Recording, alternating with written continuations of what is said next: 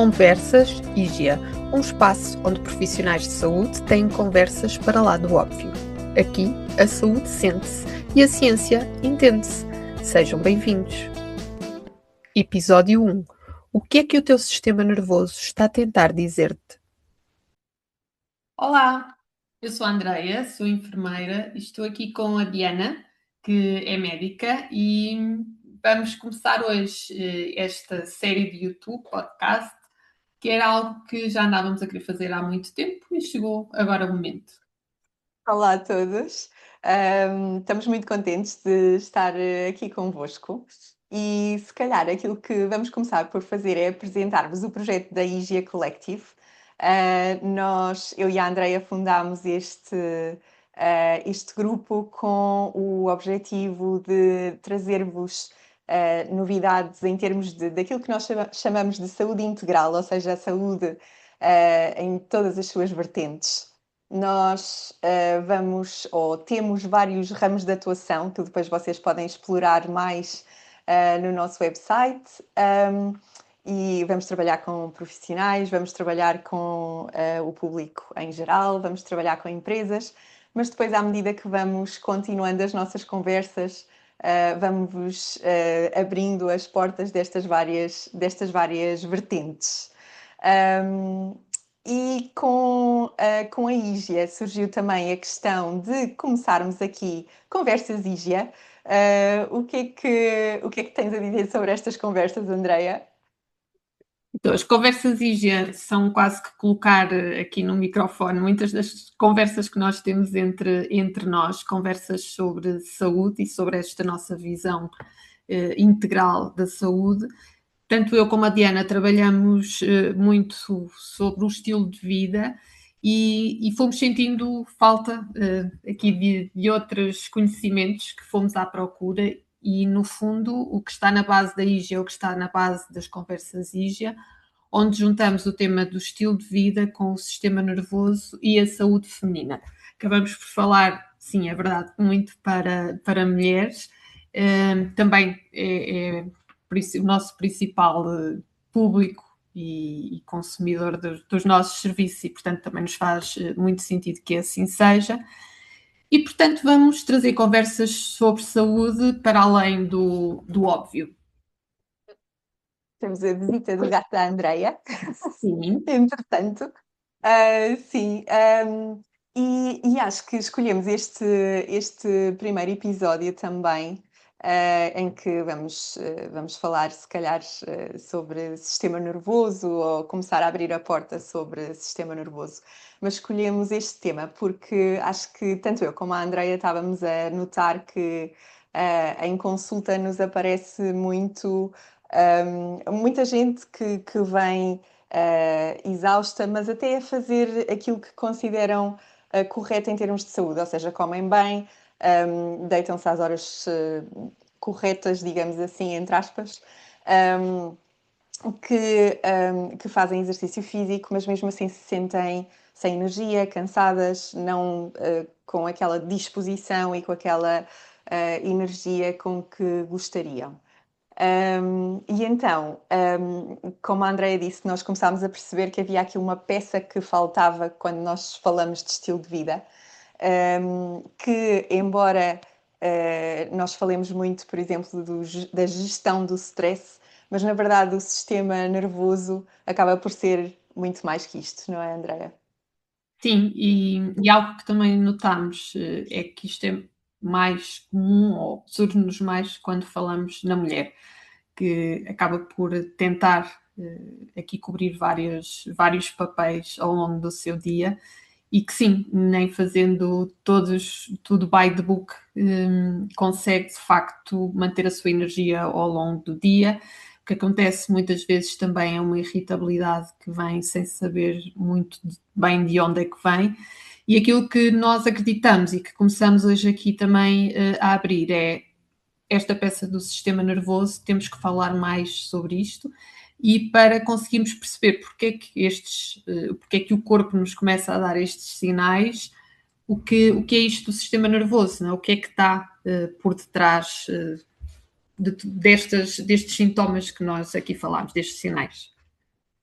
Sim, é isso mesmo. E a questão do sistema nervoso, eu acho que é uma conversa muito complexa, não é? Porque o sistema nervoso tem muitas partes diferentes e muitas regiões distintas, muitas funções diferentes. Mas acho que a peça que nos falta, se calhar, trazer mais e conversar mais é o sistema nervoso que está fora do controle consciente. Então, eu acho que ainda há muito aquela impressão de que nós, se tivermos pensamento positivo, ou seja, se pensarmos coisas boas com o cérebro mais consciente, digamos assim, que conseguimos, de alguma maneira, influenciar os nossos estados de stress, de ansiedade, de medo. E a conversa é muito mais complexa do que essa, porque, na verdade, o que, assim, o que influencia mais os nossos estados fisiológicos é uma vertente do sistema nervoso que se chama sistema nervoso autónomo, que, como disse, está fora do controle consciente, que tem dois ramos. Um é o parasimpático, que é o sistema nervoso de relaxamento, essencial estar bem ativado quando estamos, por exemplo, a fazer a digestão também. Portanto, e daí, lá está, isto são conversas que depois vamos trazendo, porque de facto o sistema nervoso está ligado a múltiplos órgãos e sistemas. E depois temos o sistema nervoso simpático, que é o sistema nervoso de ativação, ou seja, quando nós estamos a tentar fugir de um leão, precisamos de ter energia e precisamos de nos mobilizar. E aí é que entra este sistema nervoso simpático. Muitos destes controlos e destes mecanismos, que influenciam, que depois vão influenciar a nossa fisiologia, na verdade, não são, por mais que nós tentemos, não são influenciados pelos nossos pensamentos. E daí a nossa tentativa de trazer aqui à conversa partes do sistema que normalmente não são consideradas. Sim. Oh, Diana, e muitas vezes aquilo que acontece, tu falaste aí da ameaça de termos que fugir de um leão, é que o nosso sistema começa a reconhecer muitos triggers como se fossem leões, não é? E às vezes basta uma notificação no telemóvel para ativar o nosso sistema nervoso, da mesma forma que ativaria se tivéssemos que fugir da ameaça real de um leão. É, exatamente, porque na verdade o stress depende mais da nossa percepção do que propriamente do estímulo que nós estamos a receber. E é por isso que há estímulos que são estressantes para umas pessoas e não são para outras. E então, às vezes, lá está, quando recebemos uma mensagem e percebemos de alguma maneira, ou aquilo é ativador para nós de alguma maneira, acaba por ativar, lá está, o nosso sistema nervoso simpático, o nosso sistema de mobilização. E depois, claro que nós também temos a capacidade de fazer isso com a antecipação, ou seja, ainda não aconteceu nada e nós já estamos a ativar.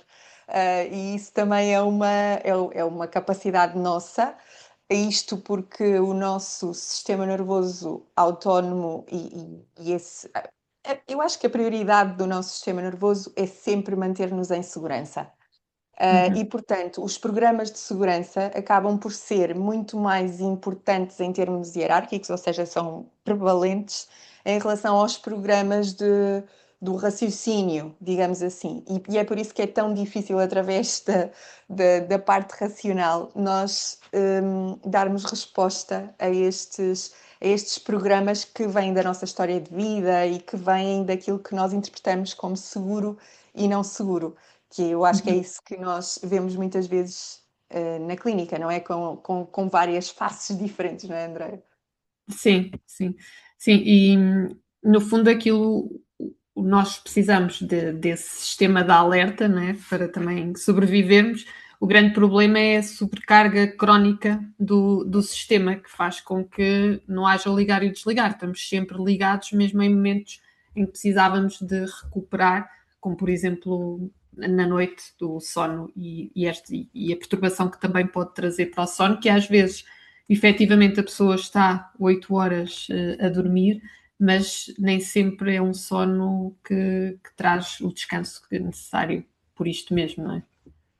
Sim, exatamente. E depois nós teremos também episódios sobre o sono e a conexão entre o stress e o sono.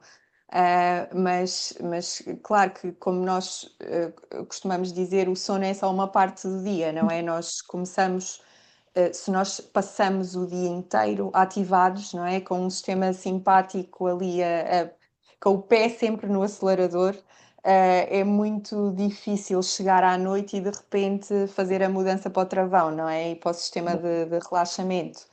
E isto, como tu estavas a dizer, Andreia, são aquelas várias. São os vários estímulos que nós vamos recebendo, são as mensagens constantes, é o scrolling constante nas redes sociais, mas também nos nossos trabalhos, não é? A exigência constante de estar em constante modo de produção. Para as mulheres é o cuidar das crianças, ou seja, há sempre alguma coisa para fazer, há muito poucos períodos de descanso e de relaxamento. E, Uhum. portanto, depois o sono acaba por se tornar mais difícil também. Sim, existem outros sinais como uma irritabilidade constante e até alterações da digestão, e por isso é que o tema da nutrição em breve também estará aqui, porque, como a Diana estava a dizer, o sistema nervoso está ligado com todos os nossos outros órgãos e, portanto, os sinais que o corpo nos vai dando podem ser tão dispares como isso, ir do sono até alterações da digestão, irritabilidade, às vezes até dor, não é? Sim, Pode ser sim, uma sim, sim. das manifestações, alterações da energia, Sim. não conseguirmos manter a nossa energia constante ao longo do dia, são todos tudo sinais que o corpo nos vai dando.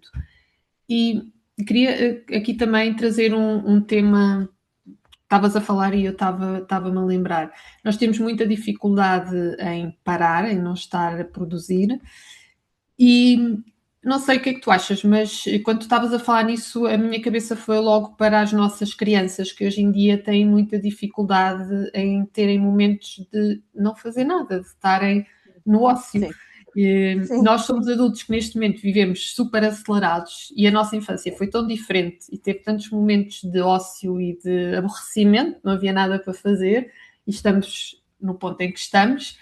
Como é que irão estar aqueles que são as crianças agora, como é que estes sistemas nervosos que estão hiper, mega estimulados logo desde pequeninos vão chegar à vida adulta. sim, e a informação, não é? Quando ainda estão em formação, é isso Sim, mesmo, é receberem o excesso de estímulo enquanto estão em formação. Pois eu acho que acaba por ter um impacto profundo, se tem um impacto profundo em nós adultos, nas crianças então, e eu acho que nós todos já ouvimos, e que eu acho que é um fenómeno relativamente recente, mas ouve-se muito agora as crianças a dizer estou aborrecido. sim, sim. Sim, ou Entediado.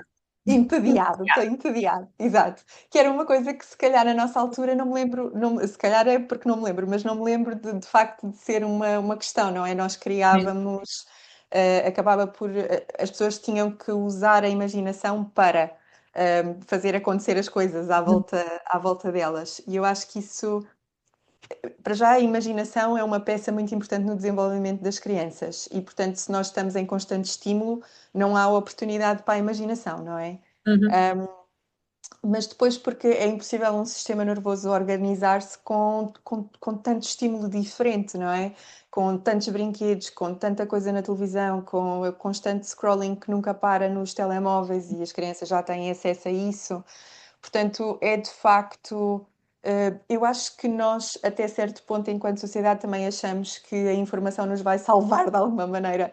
E eu Sim. acho que nesta altura já se começa a ver que o excesso de informação provoca dano mesmo. Não é só a informação que nos vai salvar. Pode ser uma peça importante, mas há outras coisas, nomeadamente esta questão do, do, dos períodos de relaxamento ou os períodos em que nós conseguimos de alguma maneira regular. Uhum.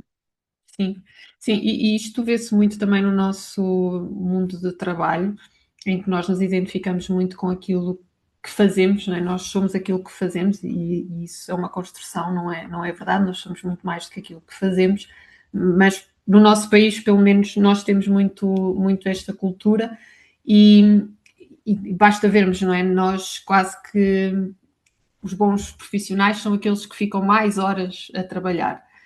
A quantidade de horas que a pessoa dedica ao trabalho parece traduzir aqui alguma coisa, o que não é efetivamente real. Mas isto tudo serve para nós estarmos constantemente neste estado de alerta e na dificuldade que temos em voltar onde queremos, não é?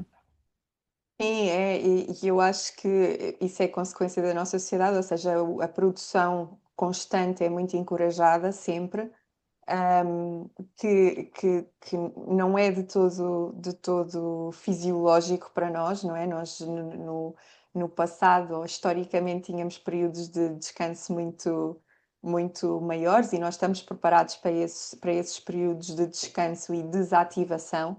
Neste momento não o temos. E é engraçado, estávamos a falar de livros antes de começarmos a gravação deste episódio. Eu acho que um livro que nós recomendamos é O Mito do Normal, do Gabor Maté, que desconstrói exatamente esta ideia de que é normal estar sempre.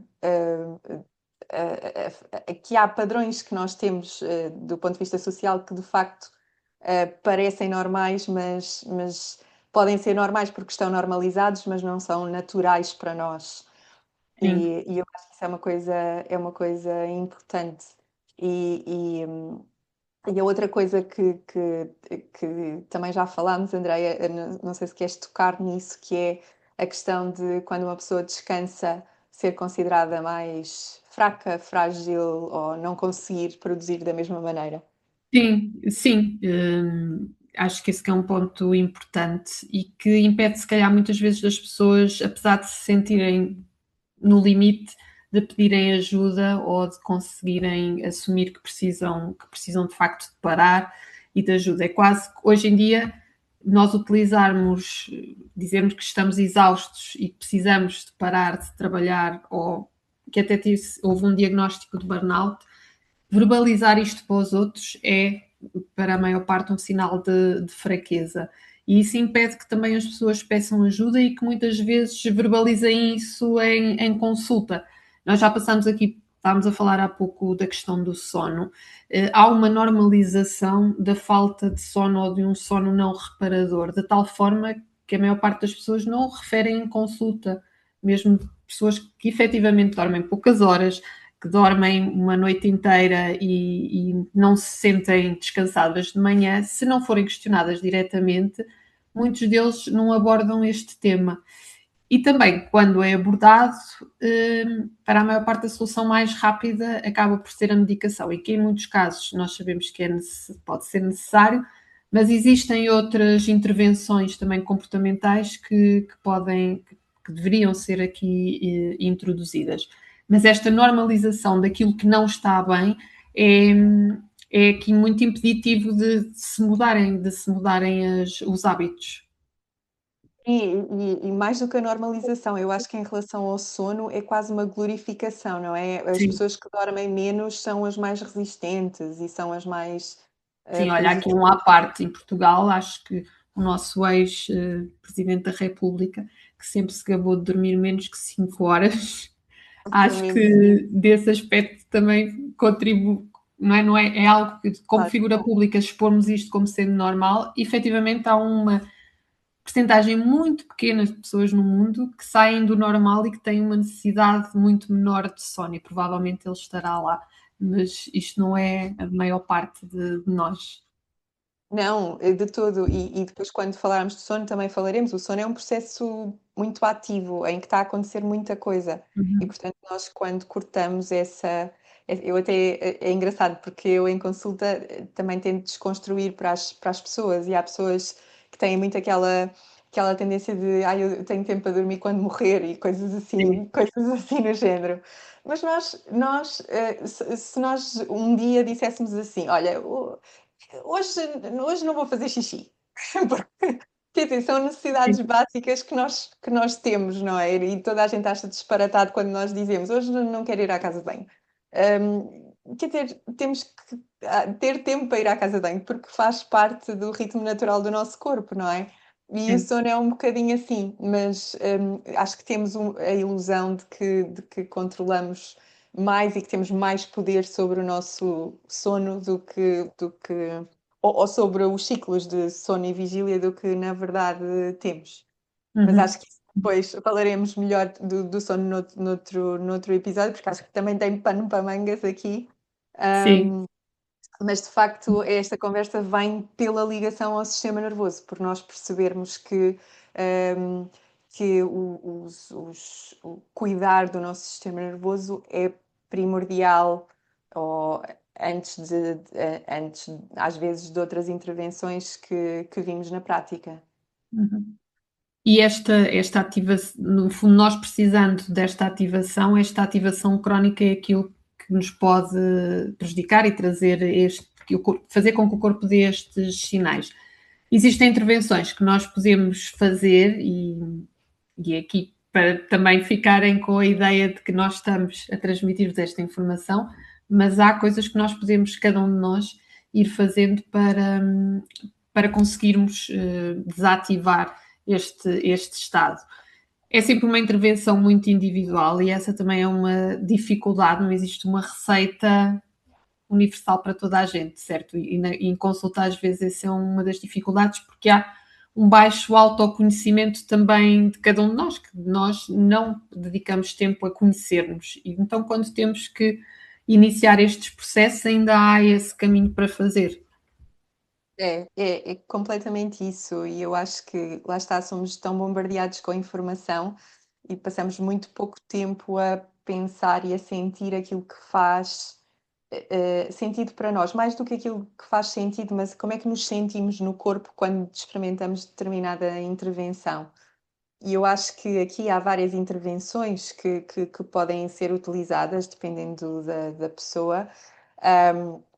Só falar um bocadinho também que também há pessoas que estão predominantemente em diferentes estados fisiológicos, por exemplo, vê-se muito em consulta hoje em dia, há pessoas que não conseguem estar paradas, não é? Que estão sempre em ativação, que estão mais irritadas, que estão muito no fazer, fazer, fazer.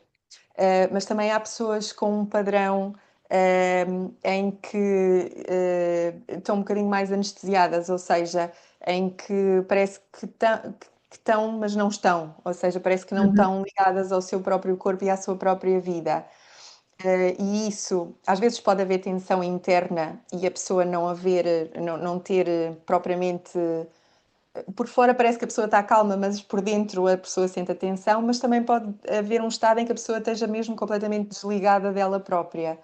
E as intervenções vão diferir de acordo com a pessoa e com os estados predominantes em que a pessoa está.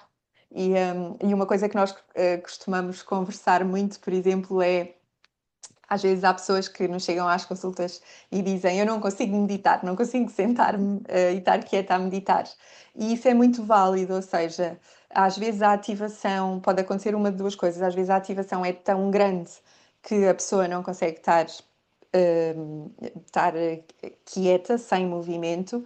Outras vezes a ativação, outras vezes há como se fosse um género de uma dissociação e só sentar a meditar vai perpetuar a ausência de movimento e a ausência de ação. E aí nós precisamos de intervenções diferentes. Então, para quem precisa de mais ação e para quem não se consegue sentar a meditar, por exemplo, coisas como pôr uma música e dançar livremente é uma coisa que pode trazer muito alívio ao sistema. Ou técnicas, por exemplo, como o shaking, em que fazemos um abanar do corpo para libertar a tensão, ou uma respiração um bocadinho mais vigorosa. Se estivermos a falar de uma pessoa que esteja ligeiramente ativada e queira voltar a estar num estado mais calmo, às vezes a respiração abdominal funciona muito bem, em que inspiramos pelo nariz e fazemos expirações mais longas do que as inspirações, em que conseguimos estender bem a barriga quando inspiramos e recolhemos como quando expiramos. Mas mais do que isso tudo é tirar tempo para descobrir quais são as práticas que nos servem e ao mesmo tempo aprender a incluí-las no dia a dia sem ser uma coisa em que agora vou tirar uma hora para regular o meu sistema Sim, nervoso, sim. porque estas intervenções podem ser curtas e eficazes, não é? Sim, oh Diana, e podem ser coisas que até que não sejam tão óbvias. para algumas pessoas, ok, não consigo meditar e funciona muito bem o correr. Sim, E nós sim. ouvimos muitas vezes pessoas a dizer: a minha meditação é o exercício físico, é correr. Não é a meditação, mas se calhar o efeito pretendido é esse, porque para aquela pessoa funciona dessa forma. Por isso não precisa de ser, muitas vezes, irmos buscar estes recursos que nunca experimentámos, mas até fazê-los com intenção podem Exatamente. trazer um resultado também diferente. Eu acho que sim, eu acho que essa combinação, às vezes, do movimento ou da prática com intenção, eu tenho pelo menos a intenção de estar presente com a prática, Uhum, eu acho super, super interessante, qualquer que seja a prática, não é? Depois o que vai funcionar com uma pessoa não vai funcionar com outra. E, uhum, e daí o interesse. Mas também, lá está, o nosso sistema nervoso está sempre à procura de segurança. E quando e nós temos que ir à procura, com base na nossa configuração interna e na nossa experiência, o que é que nos traz segurança, e isso é diferente de pessoa para pessoa, não é? sim. E essa é a grande dificuldade das intervenções também no estilo de vida, porque nós podemos prescrever fármacos segundo alguns critérios, mas prescrever este tipo de intervenções é algo muito. Tem que ser muito individual, muito adaptado e que também obriga a que haja movimento do outro lado, não é? A adesão pode ser mais difícil porque depois estão aqui em causa outros fatores que levam que a pessoa tem mesmo que aderir de alguma forma àquilo que estamos a propor. E por isso é muito, muito importante começarmos por esta parte de autoconhecimento. É conseguimos, se calhar, ultrapassar algumas dificuldades se, juntamente com a pessoa que está à nossa frente, conseguirmos chegar à conclusão do que é que funciona para ela, do que haver esta recomendação standard. É, exatamente, e as pessoas aprenderem a desenvolver uma coisa que é a referência interna, ou seja, eu vou experimentar e ver como é que eu me sinto. E normalmente eu também dou a dica de ver como é que se sentem no fim de uma determinada prática ou atividade, porque às vezes, por exemplo, a questão da meditação, algumas pessoas vão se sentar a meditar e aquilo vai gerar tanta frustração que, no fim da prática, sentem-se pior que no início. Portanto, claramente não é a intervenção que devem estar a fazer, não é? Hum, mas há outras coisas, por exemplo, pode ser muito difícil às vezes nós sairmos do sofá para irmos, dançar uma música, porque temos que fazer esse movimento, mas no fim sentimos-nos melhor. E eu acho que Uhum, isso é uma parte essencial, nós aprendermos a notar depois de fazermos uma determinada coisa, como é que nós nos sentimos. uhum. Isso não há ninguém no Instagram que nos possa dizer, nem no YouTube, nem em lado nenhum. Somos nós que temos que fazer essa experiência connosco mesmos. E eu acho que daí vem a saúde, ter essa agência também sobre nós próprios, não é? Sabermos para onde nos havemos de mover, sim, com a ajuda de profissionais, mas os profissionais sabem aquilo que é a experiência deles e aquilo que vem nos livros, mas não são hum, A própria pessoa, não é? Ninguém conhece especialistas, melhor aquele corpo. exatamente, não são especialistas naquela pessoa. Isso Sim, é a pessoa que é, acho eu. sim, sim, sim.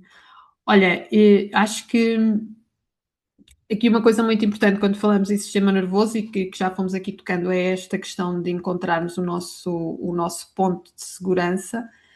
E muitas vezes nós tentamos mudar a vida, e quando as coisas não estão bem, não é? Vamos mudar a nossa vida, vamos virar a vida de cabeça para baixo. E às vezes não Sim, é isso que nós precisamos. Precisamos é, na vida pode não mudar e nós encontrarmos este ponto de equilíbrio e este ponto de regulação com este tipo de intervenções. sim, é verdade. Eu acho que nós, em qualquer intervenção, e eu acho que se calhar isto é um bocadinho uma, uma política das duas, minha e tua, Andreia, eu acho que nós gostamos de ir com calma. Sim. Porque mudanças radicais às vezes podem produzir efeitos a curto prazo, mas depois, se não forem bem sustentadas, e aqui bem sustentadas em termos de sistema nervoso, é muito provável que a longo prazo as coisas não resultem. Uhum. E eu acho que isto também é uma peça fundamental e é uma peça fundamental no... Quando falamos de estilo de vida em geral, não é? Porque às vezes, por exemplo, dentro do estilo de vida também falamos em intervenções nutricionais e depois a Fernanda falará um bocadinho mais disto, mas Uhum. às vezes uma coisa é o que nós temos na cabeça como o ideal e outra coisa é aquilo que é adaptado àquela pessoa naquela altura, não é? E quando nós vamos fazendo mudanças graduais, hum, e sustentadas, eu acho que às vezes, se começarmos pela regulação do sistema nervoso, o intestino melhora, Sim. as dores melhoram, ou seja, às vezes as coisas estão todas ligadas e é possível fazer intervenções de uma maneira que seja mais suave, sem entrar a pé juntos às vezes e com mais resultados. E começando por esta regulação, a verdade é que até a adesão a tudo aquilo que vier depois acaba por ser mais facilitada, não é? Porque Claro. se o sistema nervoso já se sente num lugar de segurança, é muito mais fácil de depois se irem introduzindo estas mudanças de hábitos. E também é por isso que nós acreditamos que não podemos dissociar esta regulação do sistema nervoso do estilo de vida, porque a teoria, na verdade, eu acho que hoje em dia a grande maioria das pessoas, e principalmente de uma determinada faixa etária, tem acesso à informação, está informada, não é? Todos sabemos que o tabaco faz mal, sabemos qual é o efeito do álcool, mas depois surge muito esta dificuldade de, ok, eu sei a teoria e agora quero pôr em prática. E muitas vezes conseguimos pôr em prática durante 1 ou 2 semanas e depois vai tudo outra vez por água abaixo. Sim, eu acho que essa é das coisas mais fascinantes com que nós nos deparamos. É as pessoas saberem o que precisariam de fazer, mas não conseguirem fazer. Eu acho que tudo o que nós fazemos faz sentido. Ou seja, todos os comportamentos que nós temos estão a regular alguma coisa. E, portanto, se nós não conseguimos manter aquele comportamento, é porque sei lá, comer as batatas fritas todos os dias nos está a dar alguma vantagem, ainda que nós não saibamos identificar qual é. E até nós lá chegarmos e começarmos a desconstruir isso, se fizermos uma intervenção só para retirar as batatas e sem mais nada, é como se fosse uma agressão Uhum. à pessoa e ao corpo que está sabiamente a tentar regular-se. Sim, sim. Então, eu acho essa parte do sistema nervoso fascinante por causa disso. Sim. No fundo, estamos ainda a tirá-lo mais da zona de segurança, não é? Exatamente, estamos a gerar mais insegurança, não é? Porque se eu Uhum. chego a casa exausta, que agora uma coisa que acontece muito com as pessoas hoje em dia.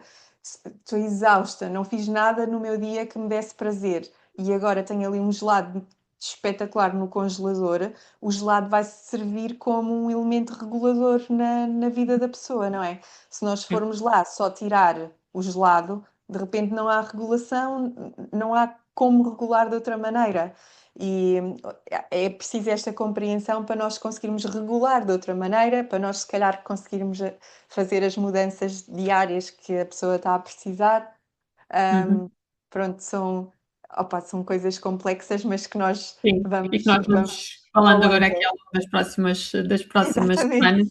Acho que uma mensagem importante e no seguimento disto que acabámos de dizer é que é mesmo isto, às vezes os hábitos não se conseguem mudar e não é fraqueza, as pessoas não são mais fracas por isso, é porque existem aqui coisas que nós precisamos trabalhar antes de estarmos a tentar fazer esta mudança.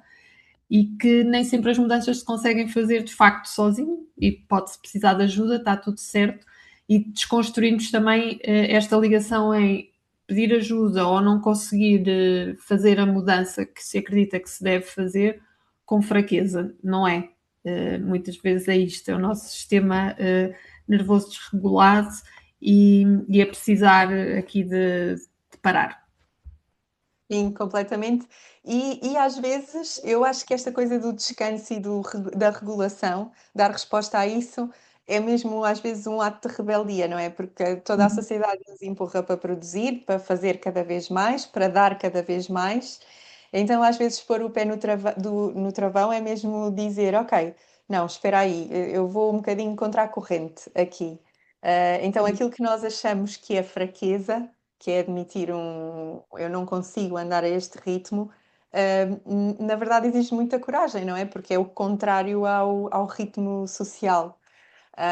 Então também é para isso que nós começámos estas conversas, para desmistificar aquilo que é considerado normal, mas não natural, do nosso ponto de Sim. vista, e que é sustentado por ciência também. Sim, e se calhar acrescentarmos aqui, nós já falámos muito daquilo que é a nossa experiência também em consulta e das pessoas que nos vão surgindo, mas um dos objetivos, e por isto chama-se conversas, para tirarmos também aqui a formalidade desta interação, e tudo isto também surgiu na nossa vida pela experiência, por experienciarmos connosco, não é? E por termos, se calhar, passámos por situações que hoje em dia, quando olhamos à luz daquilo que já sabemos, conseguimos perceber onde é que estava a questão.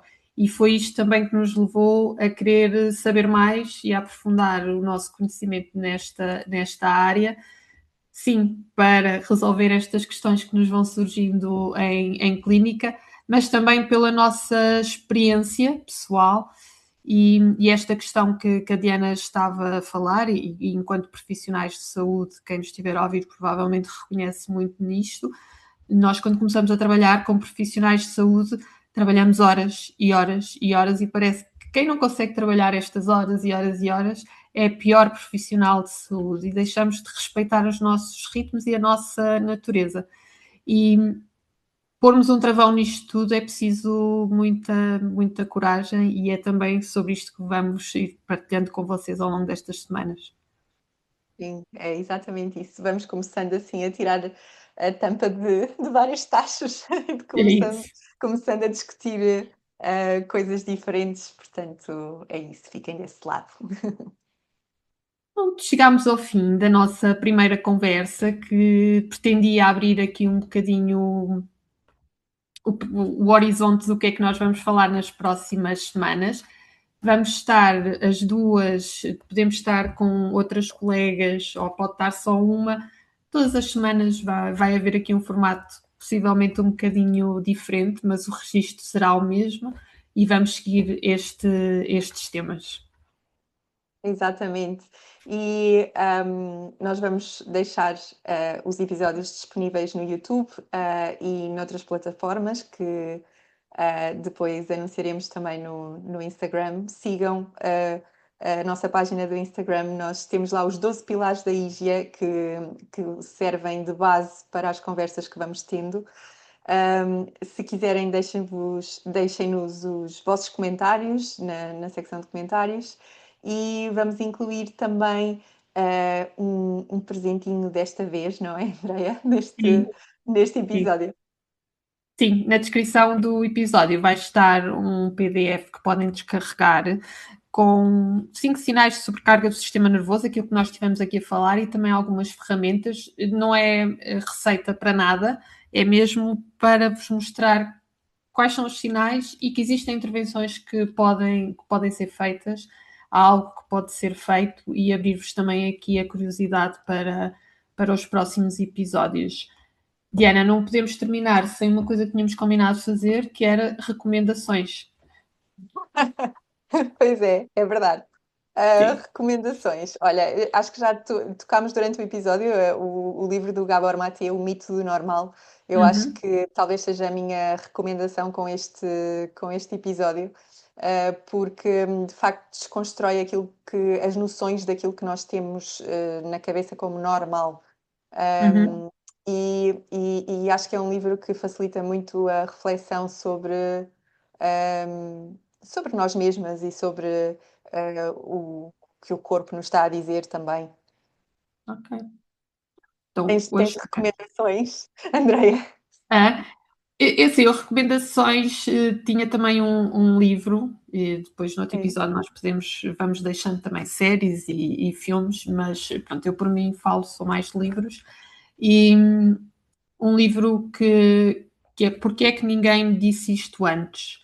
E que explora um bocadinho estes temas que nós também aqui tivemos a falar. É escrito por uma psicóloga, e que aborda de uma forma simples também os temas que nós tivemos aqui a falar hoje, e que pode ser um bom ponto de partida.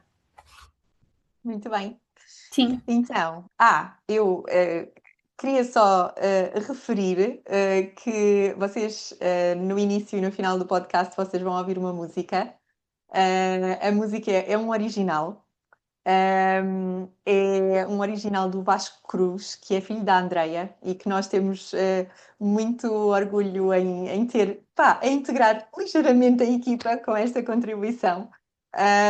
Mas também é uma coisa que dá-nos muita alegria também, de alguma maneira, ter a nossa família envolvida nisto, porque tudo o que nós fazemos é mesmo um trabalho que nos sai da alma. Então, o facto de ter aqui também uns pozinhos de perlim-pim-pim deles é fantástico. Sim, é isso. Obrigada e até ao próximo episódio. Um beijinho. Tchau, tchau. Beijinho.